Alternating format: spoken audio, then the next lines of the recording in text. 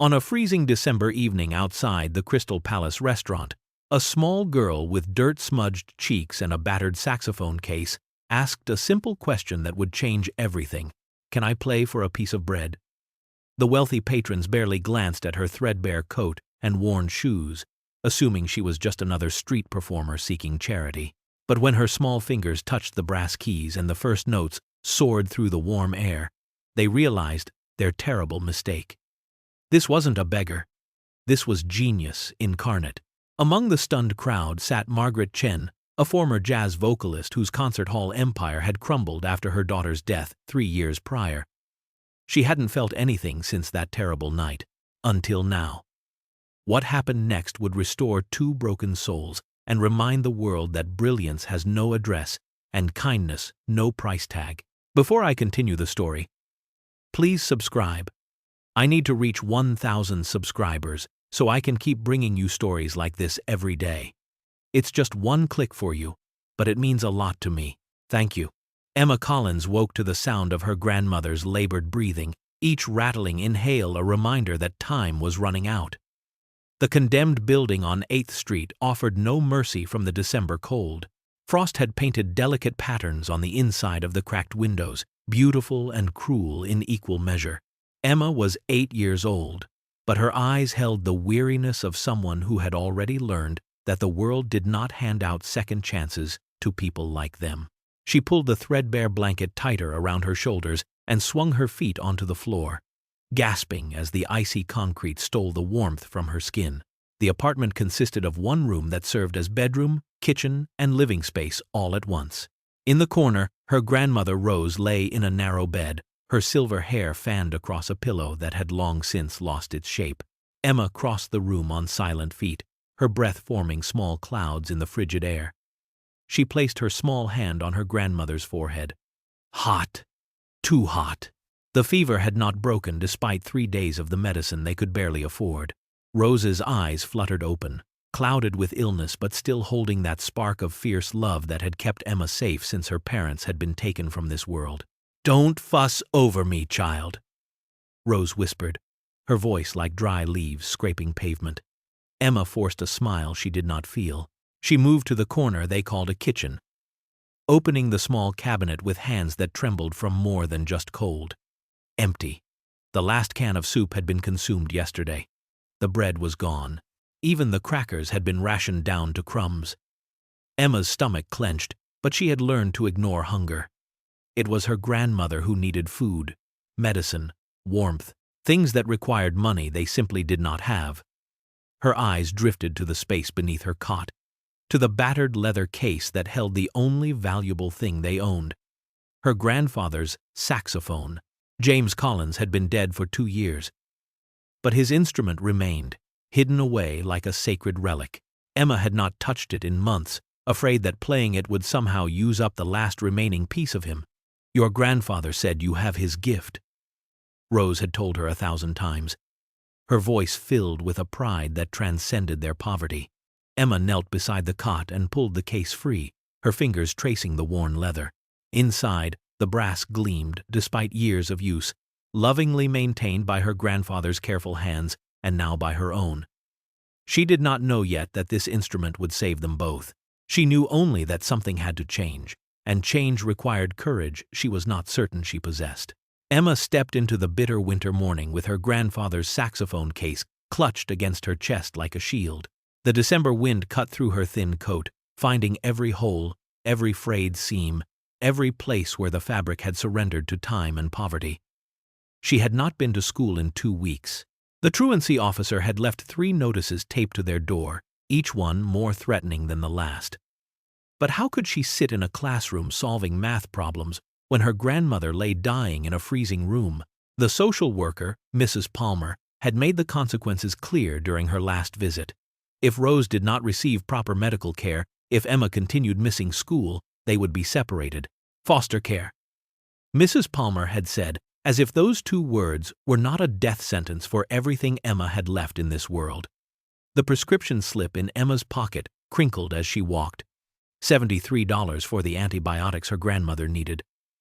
It might as well have been $73,000.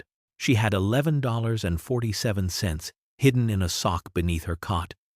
Money she had collected from returning bottles and cans over the past month. It was not enough. It would never be enough. Emma walked through streets that gradually transformed from broken to beautiful. The condemned buildings of her neighborhood gave way to renovated brownstones, then to gleaming high-rises with doormen standing guard against people exactly like her. Women in wool coats that probably cost more than a year of Emma's life hurried past, their breath forming elegant clouds in the frozen air. Men in tailored suits spoke into phones about meetings and markets and things Emma could not begin to understand. No one looked at her. She was invisible. Just another piece of urban debris blown against the backdrop of their important lives. The saxophone case grew heavier with each block. Emma's fingers had gone numb inside her fingerless gloves, the only winter wear she owned. She passed restaurants with warm light spilling onto sidewalks, bakeries with windows full of bread and pastries that made her empty stomach clench with longing. She passed people who would spend more on a single meal than her grandmother needed to survive. The injustice of it burned in her chest, but anger was a luxury she could not afford. Anger did not feed hungry children or cure pneumonia or keep families together. Somewhere between desperation and hope, Emma made a decision. She would ask to play. Just one song, maybe two. She would ask for food, something she could bring back to her grandmother. Surely someone in this city of millions would spare a piece of bread for music. Her grandfather had always said that music was the universal language, that it could bridge any divide. Emma had to believe him. She had to believe that somewhere in this cold city, kindness still existed. The Crystal Palace sat on the corner of Madison and 43rd, like a jewel box, spilling light onto the darkening street. Emma had passed it before on her long walks through the city, always averting her eyes from the world inside that was never meant for her. But tonight, she stopped. Through the tall windows, she could see everything. White tablecloths draped over tables, set with silver and crystal that caught the glow of candles flickering in glass holders. Women in elegant dresses laughed with men in dark suits. Their faces relaxed with the contentment that comes from never having worried where the next meal would arrive. Waiters moved between tables with practiced grace, carrying plates of food that steamed and gleamed under soft lighting. And there, in the corner, stood a small stage. A microphone waited on a stand.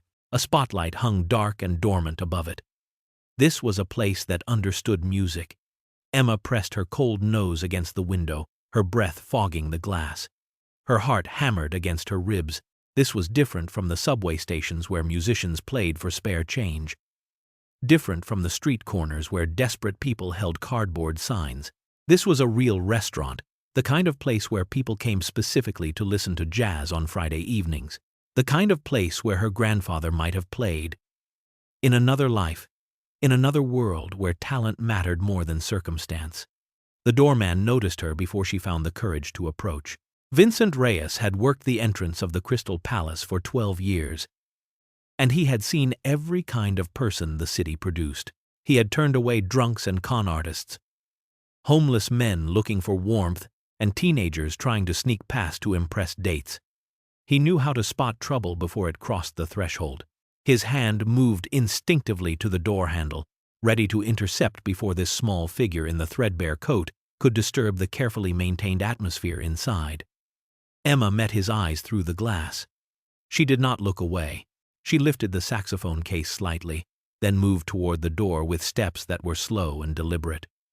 Vincent stepped outside into the cold, positioning himself between Emma and the entrance. The smell of roasted meat and fresh bread wafted out behind him, and he saw the girl's eyes flicker toward it with an hunger that made something twist in his chest.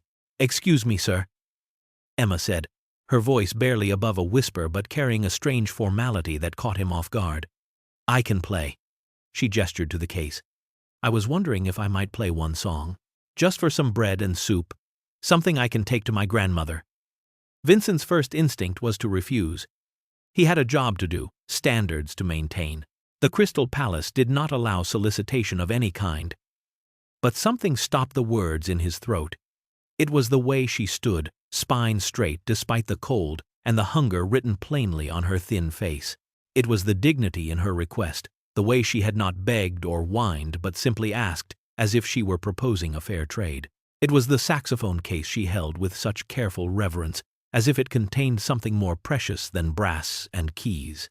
Vincent held up one hand, asking Emma to wait, and stepped back inside to find the manager.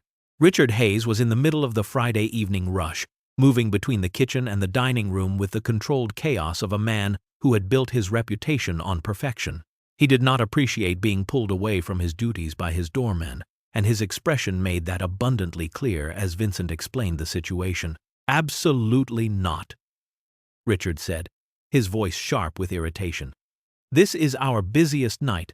We have reservations backed up for weeks. I cannot have some street urchin disrupting the atmosphere." Vincent opened his mouth to argue, but Richard was already moving past him toward the door. He stepped outside and took in Emma with a single sweeping glance that catalogued every flaw. Her coat was threadbare, held together by safety pins where buttons had fallen away. Her shoes had holes in the toes, stuffed with newspaper for insulation. Her jeans were too short, exposing thin ankles above socks that had once been white but were now gray with age and wear. She looked exactly like what she was, a child from the forgotten parts of the city where people like Richard never ventured. "I am sorry," Richard said, though his tone suggested he was not sorry at all. "This is not that kind of establishment. We cannot have you here. It is bad for business." Emma's face remained carefully blank, but Vincent saw her fingers tighten on the saxophone case. She nodded once, accepting this rejection as she had probably accepted 1,000 others before it. She turned to leave, and Vincent surprised himself by reaching out to stop her. "Richard, please," Vincent said quietly, "just one song. During the break between sets. If she is terrible, she leaves. But if she can actually play, what harm is there in giving her a meal?" Richard's jaw tightened. He looked at Vincent, then at Emma, then back at the warm restaurant behind them, where wealthy patrons expected an evening unmarred by the city's harsh realities. Vincent had never asked him for anything in 12 years. Not once. That fact carried weight that Richard could not entirely dismiss. "Fine," Richard said finally, the word bitten off with obvious reluctance. "One song. During the break. If she is terrible, she leaves immediately with nothing. If she is passable, I will give her a meal to take home. But she comes in through the back, and she leaves the same way. I will not have my regular customers uncomfortable." Emma looked up at Vincent, something like hope flickering in her eyes. She whispered a thank you so soft it was almost lost in the winter wind. Vincent nodded and gestured toward the alley that led to the back entrance. Richard was already returning inside, shaking his head at his own moment of weakness. It was going to be a long night. Vincent led Emma through the back entrance, past the kitchen where chefs shouted orders and steam rose from enormous pots. She clutched the saxophone case against her chest, her heart beating so hard she thought surely everyone could hear it. The warmth of the restaurant after the bitter cold outside made her skin burn and tingle. Richard Hayes waited at the edge of the dining room, checking his watch with obvious impatience. The regular jazz trio had just finished their second set, and the break had begun. He gestured curtly toward the small stage, and Emma walked forward on legs that felt disconnected from her body. The dining room fell into a curious hush as the small figure in the threadbare coat made her way between tables. Conversations stuttered and died. Forks paused halfway to mouths. Emma felt their eyes on her like physical weight. Some looked at her with curiosity, their heads tilting as they tried to understand what this child was doing in their elegant sanctuary. Others looked with pity, their expressions softening into that particular kind of sympathy that people who have never gone hungry reserve for those who have. And some, a few whose comfortable lives had made them cruel, looked at her with disdain, their lips curling as if poverty might be contagious. Emma kept her eyes fixed on the stage. She climbed the 3 steps and stood beneath the spotlight that suddenly blazed to life above her. The heat of it on her face was almost painful after the cold. Her fingers fumbled with the latches on the case, and for one terrible moment she thought they would not open, that she would have to leave this stage having failed before she even began. But then the latches clicked, and the case fell open. The saxophone inside gleamed under the spotlight. It was old, the brass worn in places where her grandfather's fingers had held it for decades, but it was clean, lovingly maintained, polished with a care that transcended their circumstances. Emma lifted it with trembling hands, the familiar weight of it settling against her like an embrace. In the corner of the dining room, a woman sat alone at a table set for one. Margaret Chen had not touched the wine in her glass, had barely noticed the food that had been placed before her and taken away uneaten. She had come tonight without knowing why. Drawn by some instinct she could not name, now she looked up, and something in her chest shifted at the sight of the small girl on stage, holding a saxophone that seemed too large for her thin frame. Emma closed her eyes, and suddenly she was not standing in the Crystal Palace anymore. She was sitting on her grandfather's lap, his hands covering hers on the keys, his voice rumbling in his chest behind her. Music isn't about the notes, sweetheart. It is about the spaces between them. It is about what you say when you are not saying anything at all. Emma lifted the saxophone to her lips, and the first note that emerged was not the tentative squeak of a child learning an instrument. It was pure and clear and impossibly sad, a sound that seemed to carry within it every loss she had ever known. She played in a sentimental mood, but what came from the brass was not a simple cover of a jazz standard. It was transformation. She took the familiar melody and wove into it something entirely her own, melancholy mixed with hope, poverty mixed with dignity, grief mixed with a stubborn refusal to surrender. The restaurant fell into a silence so complete that the only sound in the world was the voice of that saxophone, speaking truths that words could never capture. Her fingers moved across the keys with impossible precision, each note placed with the care of someone building a cathedral from sound alone. She had learned this song at her grandfather's knee, his hands guiding hers through the complex runs and unexpected turns that made the piece so hauntingly beautiful. But now she played it with her own pain added to his legacy. And the result was something that transcended technique. This was not a child playing. This was mastery wrapped in the small frame of an 8-year-old girl who should have been worrying about homework and playground games instead of whether her grandmother would survive the winter. The diners sat frozen, forks suspended halfway to mouths, wine glasses forgotten on tables, conversations dying mid-sentence. A waiter stood motionless against the wall, a plate balanced on his palm, tears streaming down his face without his awareness. Richard Hayes, who had seen hundreds of performers on that small stage, felt his breath catch in his throat. Vincent, watching from the doorway, placed one hand over his heart as if to keep it from breaking. At the corner table, Margaret Chen's wine glass slipped from nerveless fingers, catching on the table's edge before it could shatter on the floor. The dark liquid spread across white linen like blood from a wound. She did not notice. She could not look away from the small figure on the stage, could not stop the tears that streamed down her face for the first time in 3 years. 3 years since the accident. 3 years since she had felt anything beyond the gray numbness that had become her existence. But this music cut through everything, reached into the frozen place where her heart had been, and demanded that it beat again. The saxophone sang of loss and love, of hunger and hope, of the terrible beauty of surviving when everything tells you to give up. Emma played with her eyes closed, lost in the music, unaware that she was changing lives with every note. She played the spaces between the notes just as her grandfather had taught her.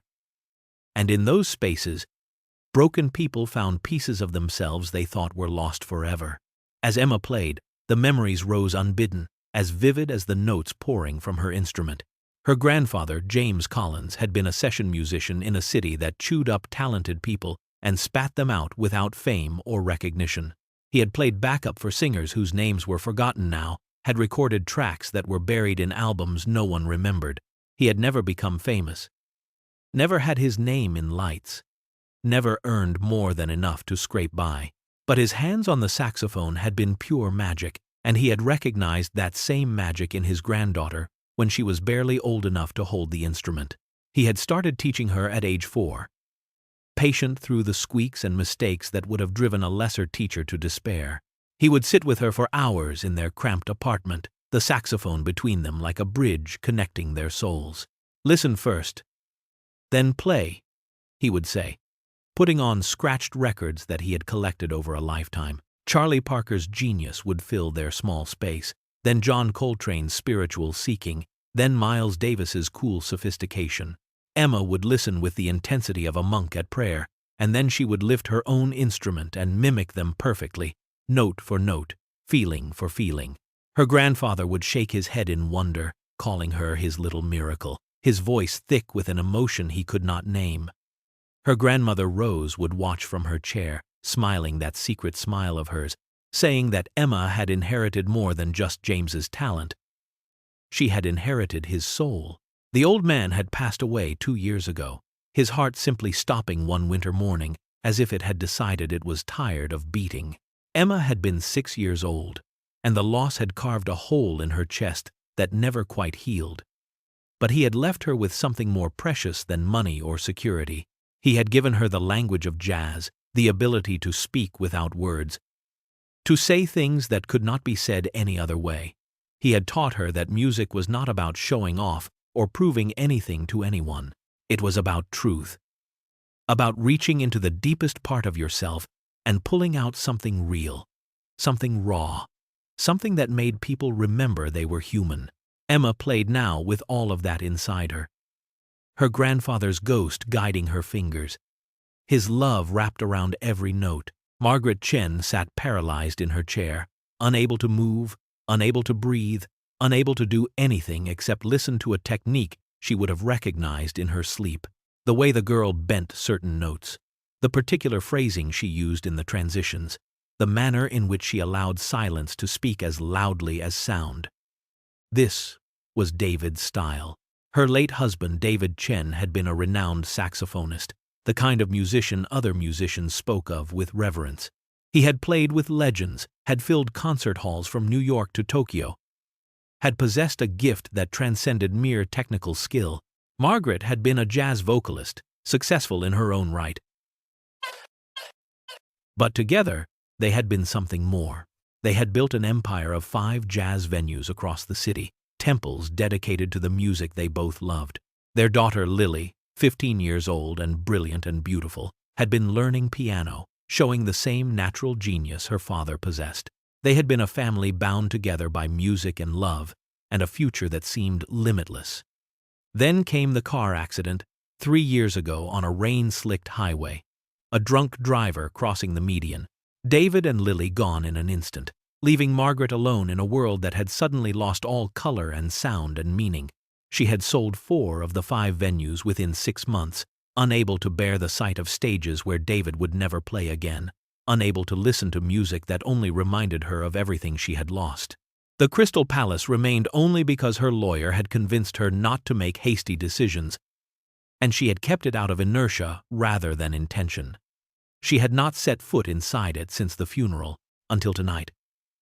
Margaret did not know what had compelled her to return this evening. She had been sitting in her empty penthouse apartment, staring at walls that held too many photographs of people who would never grow older, when something had simply pulled her to her feet and out the door. She had told herself she was being foolish, that there was no reason to torture herself by returning to a place so full of memories. But her feet had carried her here anyway. And she had sat at this corner table nursing wine, and she could not taste, waiting for something she could not name. Now she understood. The universe, fate, God, whatever force guided such things, had brought her here to listen to this child play her husband's music with her husband's soul. Margaret's tears fell unchecked, hot against her cold cheeks. For 3 years she had been dead inside, a ghost moving through the world without purpose or hope. But this music, this impossible beautiful music from the mouth of a starving child in a threadbare coat, was waking something inside her that she had thought was buried forever. She was feeling again, and it hurt more than anything she had ever known. And it was the most precious gift she had ever received. The final note hung in the air like a prayer, then faded into silence. For 3 heartbeats, nothing. The world held its breath. Then the restaurant erupted. Applause thundered through the space, deafening after the hushed reverence that had held them captive. Chairs scraped against the floor as people rose to their feet, a standing ovation for a child who had asked only for bread. Shocked exclamations rippled through the crowd. Did you hear that? Where did she learn to play like that? Who is she? Emma opened her eyes, confusion washing over her small face. She had expected perhaps polite clapping, maybe a smile or two. She had not expected this thunderous appreciation, this outpouring of emotion from strangers who moments ago had looked at her with pity or disdain. She just wanted bread. Something to take home to her grandmother. Richard Hayes stood frozen near the kitchen door. His earlier certainty shattered into pieces around his feet. He had dismissed her as a nuisance, an inconvenience to be tolerated and quickly forgotten. He had been so completely, utterly wrong that shame burned in his chest like acid. Vincent wiped his eyes with the back of his hand, not caring who saw his tears. In 12 years of working the door, he had never witnessed anything like this. Margaret Chen rose from her table, moving toward the stage like a woman in a trance, her legs carrying her forward without conscious thought. She needed to reach this child, needed to understand how someone so young could carry so much of her husband's gift, needed to know if this was real or some fever dream born of grief and wine. Emma clutched her saxophone against her chest, overwhelmed by the noise and the attention and the sudden rush of faces looking at her with something that might have been wonder. Someone near the front shouted for another song, and others took up the cry. More, play another.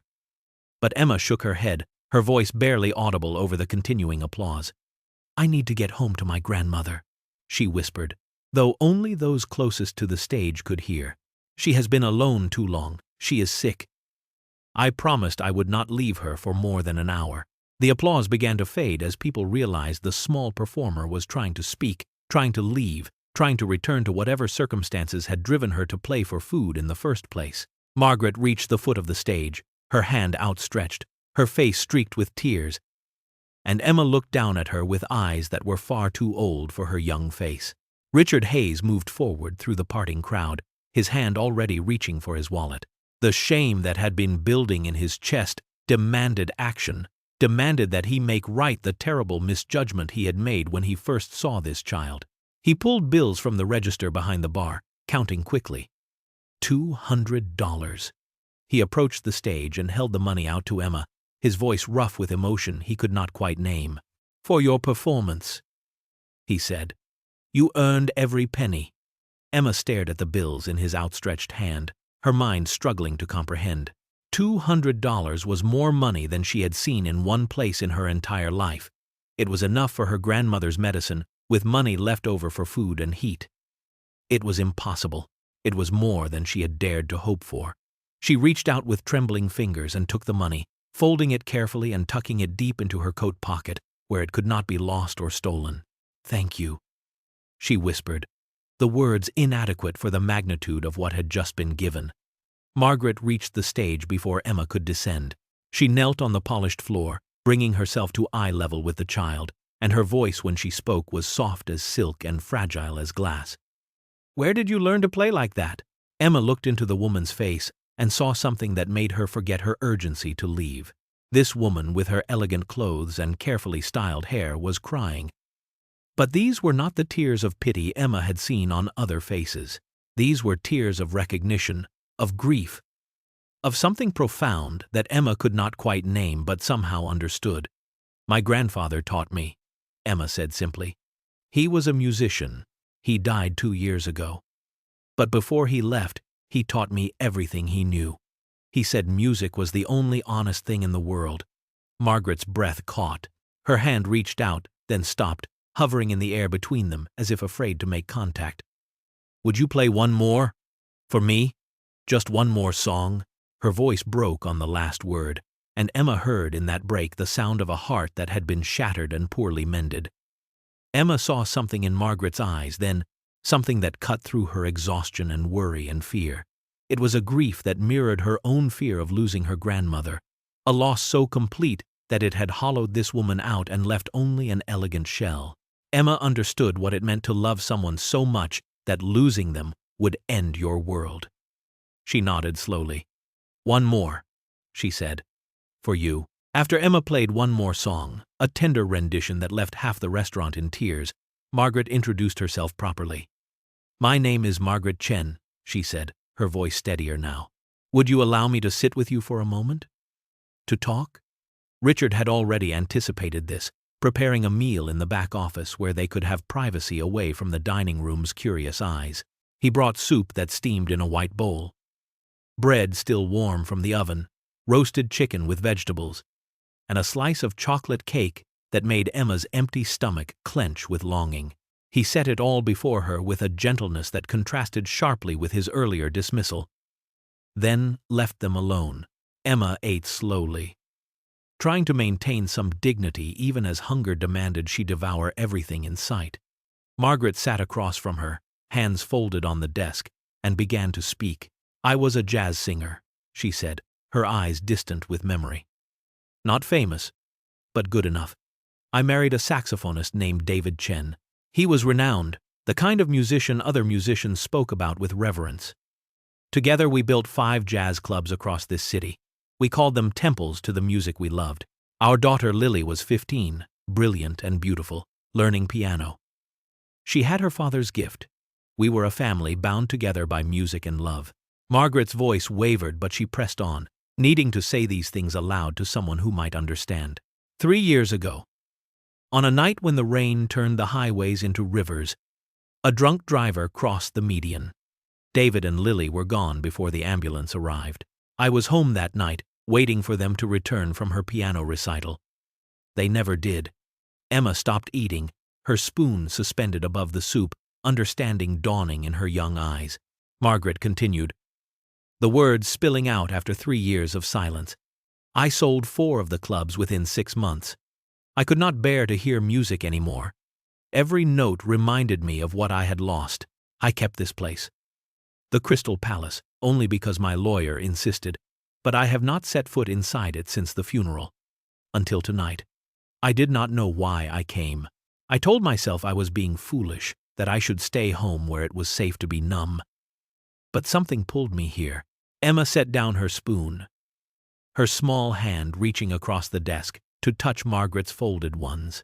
The gesture was instinctive, one broken soul reaching for another.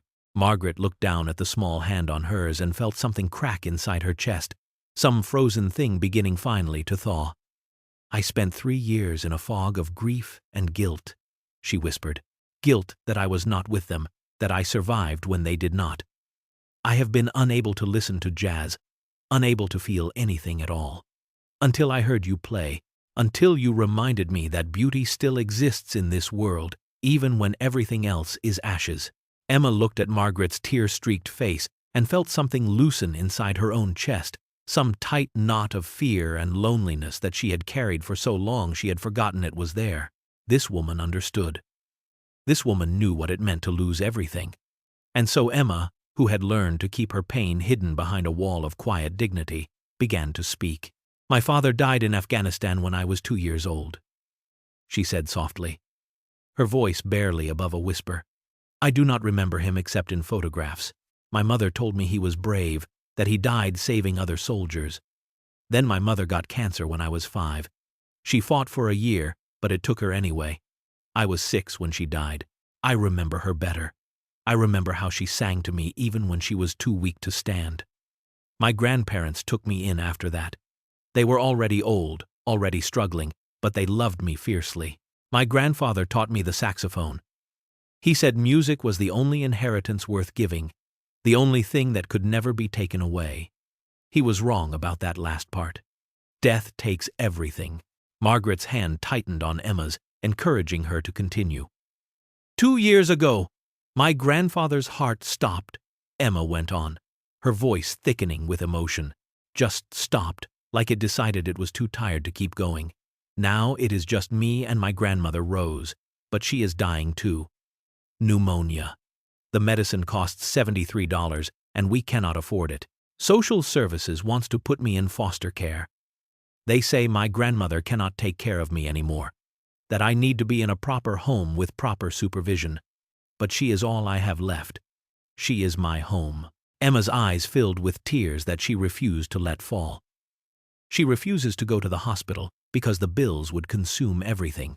She says she will not leave me with debt Will not let them take the last thing my grandfather left us.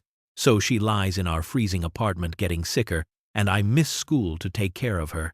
And the social worker leaves notices on our door that say they will separate us if things do not change.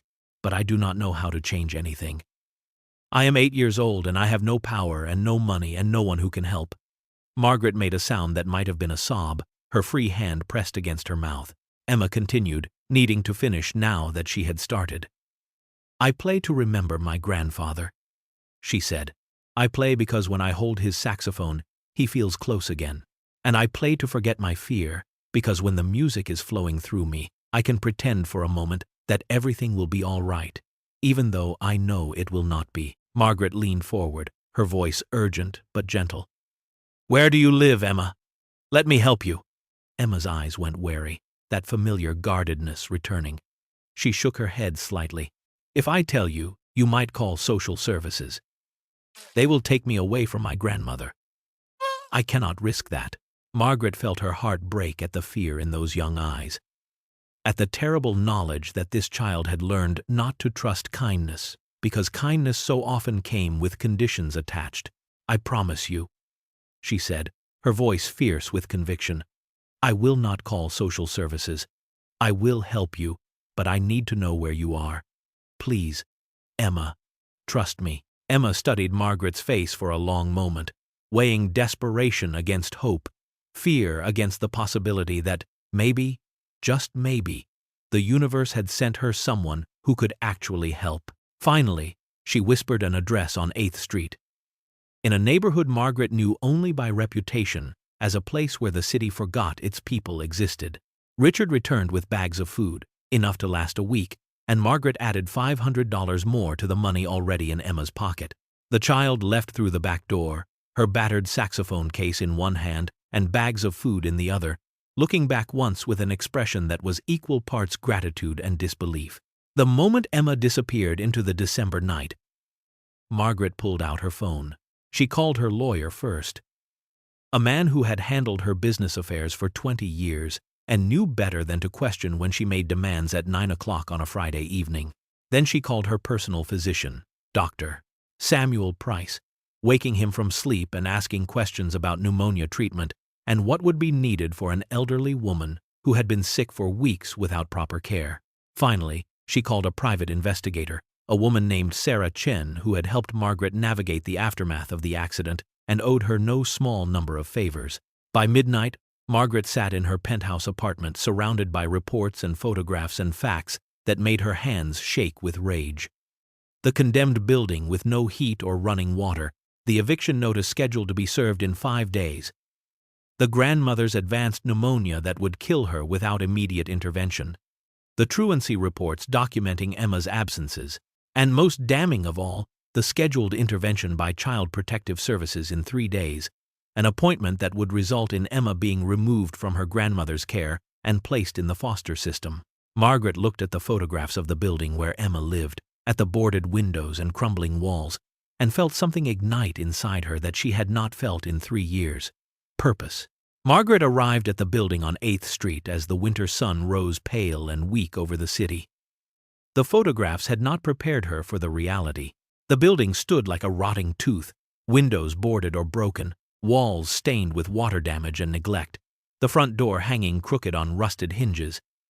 Inside was worse. The stairwell reeked of mold and human waste. The walls wept with moisture. There was no heat, no running water, no sign that anyone cared whether the people inside lived or died. Margaret climbed 3 flights, her expensive shoes crunching on debris, her hand trailing along a banister so unstable she feared it would collapse under her touch. Emma's apartment was at the end of a hallway where the ceiling had partially caved in. Margaret knocked softly, and Emma opened the door, her face showing surprise and something that might have been hope. Margaret stepped inside and felt her heart shatter. The single room was so cold she could see her breath. A camping stove sat on a crate that served as a kitchen. Blankets hung over the windows, trying futilely to keep out the wind that whistled through cracks in the walls. And in the corner, on a narrow bed surrounded by every blanket they owned, lay Rose Collins. Margaret crossed the room and knelt beside the bed. Rose's breathing was shallow and labored, her skin gray, her eyes barely opening when Margaret spoke her name. Emma hovered nearby, wringing her hands.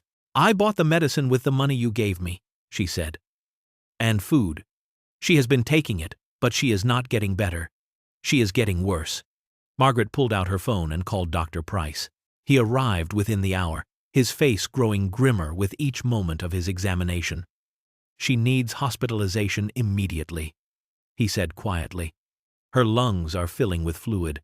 Without proper treatment, she will not survive the week." Emma made a sound like a wounded animal. "No, they will separate us.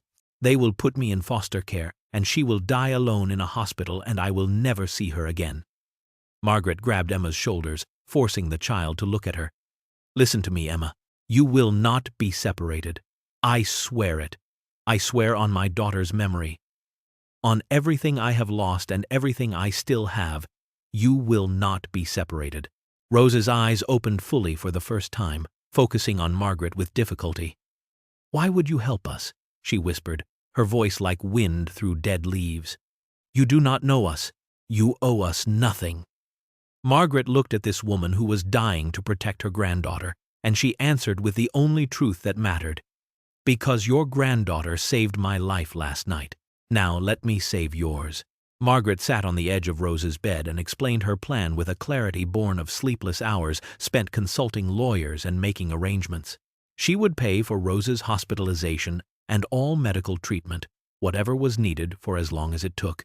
Emma would stay with Margaret during her grandmother's recovery, not with strangers or in some institutional facility, but in Margaret's home, where she would be safe and cared for.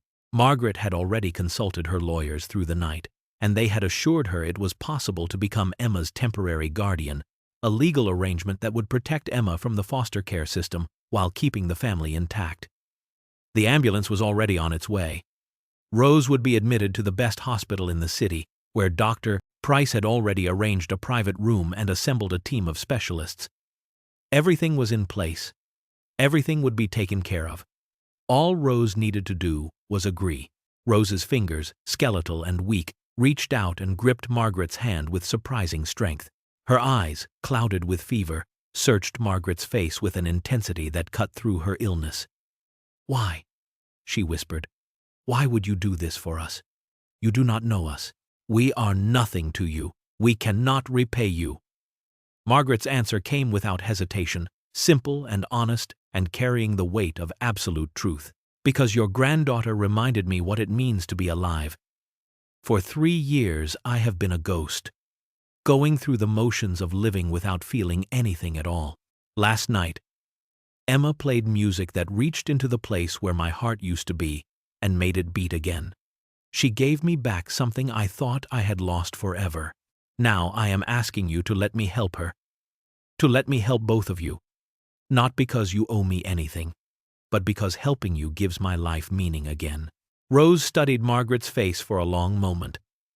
Looking past the expensive clothes and polished appearance to the grief underneath, to the scars that matched her own, she saw genuine love there, fierce and protective and real.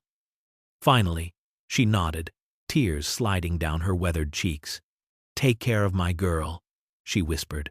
Emma stood against the wall, her arms wrapped around herself, watching this exchange with eyes that were wide with fear and disbelief. "No," she said suddenly. "This does not happen. People like us do not get rescued. Good things do not happen to people like me. You will help for a little while, and then you will leave, just like everyone leaves." Margaret turned to Emma, seeing the terror beneath the distrust, understanding that this child had learned the cruelest lesson life could teach, that hope was dangerous and trust was a luxury she could not afford. Rose was admitted to St. Catherine's Hospital within 2 hours, and Emma watched the ambulance drive away carrying the last person in the world who truly belonged to her. Margaret's penthouse apartment was everything their condemned building was not: warm, clean, spacious, windows that overlooked the city like a kingdom spread at their feet. Emma stood in the middle of the guest bedroom Margaret had prepared, and felt terror close around her throat like a fist. Margaret showed her the closet full of new clothes in her size, the private bathroom with towels thick and soft, The bed with sheets that probably cost more than Emma's entire life. Emma nodded at everything and unpacked nothing. She slept in her own threadbare clothes on top of the covers, her grandfather's saxophone clutched against her chest like a talisman against abandonment. She woke screaming every night, dreams of social workers and funerals and being dragged away from everyone she loved. Margaret would come running, would sit on the edge of the bed and speak softly until Emma's breathing slowed. But the child would not be comforted.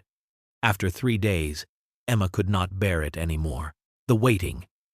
The inevitable moment when Margaret would realize that saving a broken child was more trouble than it was worth. Emma had learned that everyone disappeared. Her father, her mother, her grandfather, soon her grandmother, and Margaret would leave too, because everyone did. She slipped out before dawn while Margaret slept, taking only her saxophone and the address of the hospital she had memorized. Margaret woke to an empty apartment and a note written in careful child's handwriting that said only, "Thank you, but I cannot stay." Margaret's heart stopped. She called the hospital, and the nurse confirmed that a small girl had arrived an hour ago and was currently curled up on the floor beside her grandmother's bed, refusing to leave. Margaret found Emma exactly where the nurse had said. A small figure wrapped around herself like a question mark, her face pressed against the tile floor, her saxophone case serving as a pillow. Margaret knelt down beside her, and Emma looked up with eyes that were red and swollen and infinitely old. "Everyone I love disappears," Emma whispered, her voice breaking on every word. "My father disappeared. My mother disappeared. My grandfather disappeared. My grandmother is disappearing. You will leave too. Everyone does. Everyone always does. And I cannot watch one more person walk away from me." Margaret lay down on the cold hospital floor beside Emma, their faces inches apart, and let her own tears fall freely. Margaret lay on the cold hospital floor beside Emma, and for a long moment neither of them spoke. Then Margaret reached into her purse and pulled out her phone, opening the photo gallery with trembling fingers. She turned the screen toward Emma. "This is my husband, David," she said softly, "and this is our daughter, Lily. They died 3 years ago. A drunk driver. I was not with them. I was home waiting for them to come back from her piano recital, and they never did." Emma looked at the photos. A man with kind eyes holding a saxophone. A teenage girl with her mother's smile, sitting at a piano. A family that looked complete and happy, and utterly unaware that their time together was running out. Margaret swiped through more photos, telling stories Emma could understand. Stories about loss and the hole it leaves that never fills, no matter how much time passes. She admitted things she had never said aloud to anyone. That she had wanted to die after the accident. That she had stood on her balcony and looked down at the street 20 floors below and wondered if falling would hurt or if it would just be relief. That she had spent 3 years as a ghost, going through motions without meaning, breathing without living, existing in a world that had lost all color and sound. "Then I heard you play," Margaret whispered, her voice breaking. "And for the first time in 3 years, I felt something. I felt my husband's hands in yours, guiding those notes the way he used to guide our daughter's fingers on the piano keys. I heard my daughter's laughter in your music. That joy she had when she discovered something beautiful. You did not just play music, Emma. You played hope. You played life. You gave me a reason to wake up tomorrow, and the day after that. You saved me." Emma's breath caught, understanding dawning in her eyes. Margaret reached out and took Emma's small hand in hers. "I am not leaving you," she said with fierce certainty. "I am not capable of leaving you, because saving you is how I save myself. We are not charity to each other, Emma. We are not obligation or duty.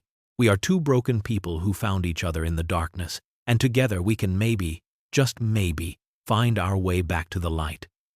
Do you understand? We are saving each other." Emma looked into Margaret's face and saw the same desperate need for connection that lived inside her own chest. She saw a woman who understood what it meant to lose everything and still have to keep breathing. And for the first time since her grandfather died, Emma allowed herself to believe that maybe good things could happen to people like her. Maybe not everyone disappeared. Maybe some people stayed. Rose's pneumonia began to clear over the next 2 weeks. The antibiotics and proper medical care working the miracle that poverty had denied her. The gray pallor faded from her skin, her breathing grew stronger, and the light returned to her eyes. Margaret visited daily with Emma, and the 3 women formed a bond that transcended the circumstances that had brought them together. Rose recognized in Margaret a kindred spirit, another woman who had loved fiercely and lost terribly, and somehow continued to exist. Margaret saw in Rose the kind of strength she wished she had possessed, the ability to protect what mattered most, even when the world was determined to take it away. And Emma, caught between them, began to understand that family was not always about blood but sometimes about choice. Margaret's lawyer worked with the efficiency of someone being paid extremely well to make miracles happen. He arranged for Rose to move into a ground-floor apartment Margaret owned in a building on the west side, fully accessible and paid for in perpetuity. The apartment had heat and running water and windows that looked out onto a small garden where birds came to feed. It had 2 bedrooms, one for Rose and one for Emma, and a kitchen where they could cook meals without fear of the stove giving out. Rose wept when she saw it, unable to comprehend that such places existed for people like her. Emma enrolled in the Manhattan School of Music's preparatory division on a full scholarship that Margaret had arranged through connections she had maintained even during her 3 years of isolation. The teachers listened to Emma play for exactly 47 seconds before accepting her without question, recognizing immediately that they were in the presence of something rare and precious. The temporary guardianship Margaret's lawyers had prepared became unnecessary when Rose recovered enough to care for Emma again. But the paperwork remained filed away just in case, a safety net neither of them hoped to need, but were grateful existed. More importantly, the relationship remained and deepened. Margaret became a fixture in their lives, joining them for dinners and helping Emma with her homework, and sitting with Rose over tea while they shared stories of the people they had loved and lost. They became family not by accident of birth or obligation of law, but by deliberate choice. 3 women from 3 generations who had found in each other what the world had tried to steal from them. They became proof that sometimes broken pieces fit together in ways that made them stronger than they ever were whole. 3 months later, the Crystal Palace reopened its doors to a crowd that stretched around the block. Margaret had returned to the business with a fire she thought had been extinguished forever, pouring her grief and her hope into renovating the flagship venue that had been her and David's first dream together. She had renamed it The Second Chance, and those who knew her story understood it was as much about her own resurrection as it was about the buildings.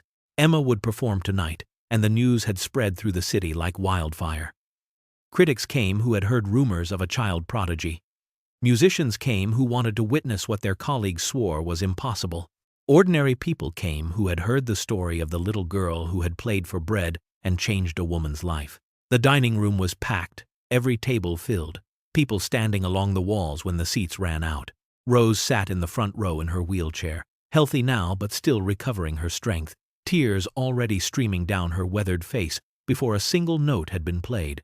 Emma walked onto the stage wearing a simple blue dress Margaret had bought her, carrying her grandfather's saxophone with the same reverence she always had. The spotlight found her, and the crowd fell silent. But tonight was different. Tonight, Margaret climbed the steps and stood beside Emma, a microphone in her hand. And when she spoke, her voice carried across the room like a benediction. 3 years ago I lost everything, Margaret said, simply. 3 months ago, this child gave it back to me. Emma began to play, and Margaret began to sing for the first time since her husband and daughter had died. Her voice was rusty at first, cracking on the high notes, but it strengthened as Emma's saxophone wove around it, supporting it, lifting it, transforming it into something neither of them could have created alone. They performed in a sentimental mood. The same song Emma had played that frozen December evening, but now it was a duet. A conversation between voice and instrument, between loss and hope, between death and the stubborn refusal to surrender to it. The audience sat transfixed, understanding they were witnessing something sacred. This was not a performance. This was healing, made audible. This was 2 people who had lost everything, finding each other and discovering that together they were enough. When the final note faded, the silence lasted 5 full heartbeats before the applause began. And this time, Emma did not look confused. She looked home. 5 years have passed since that frozen December evening when a small girl asked if she could play for bread. Emma Collins is 13 now, her talent no longer a secret whispered among musicians but a fact acknowledged by the world. She receives offers monthly from prestigious conservatories around the globe, institutions that promise to shape her genius into something legendary. But she is in no hurry.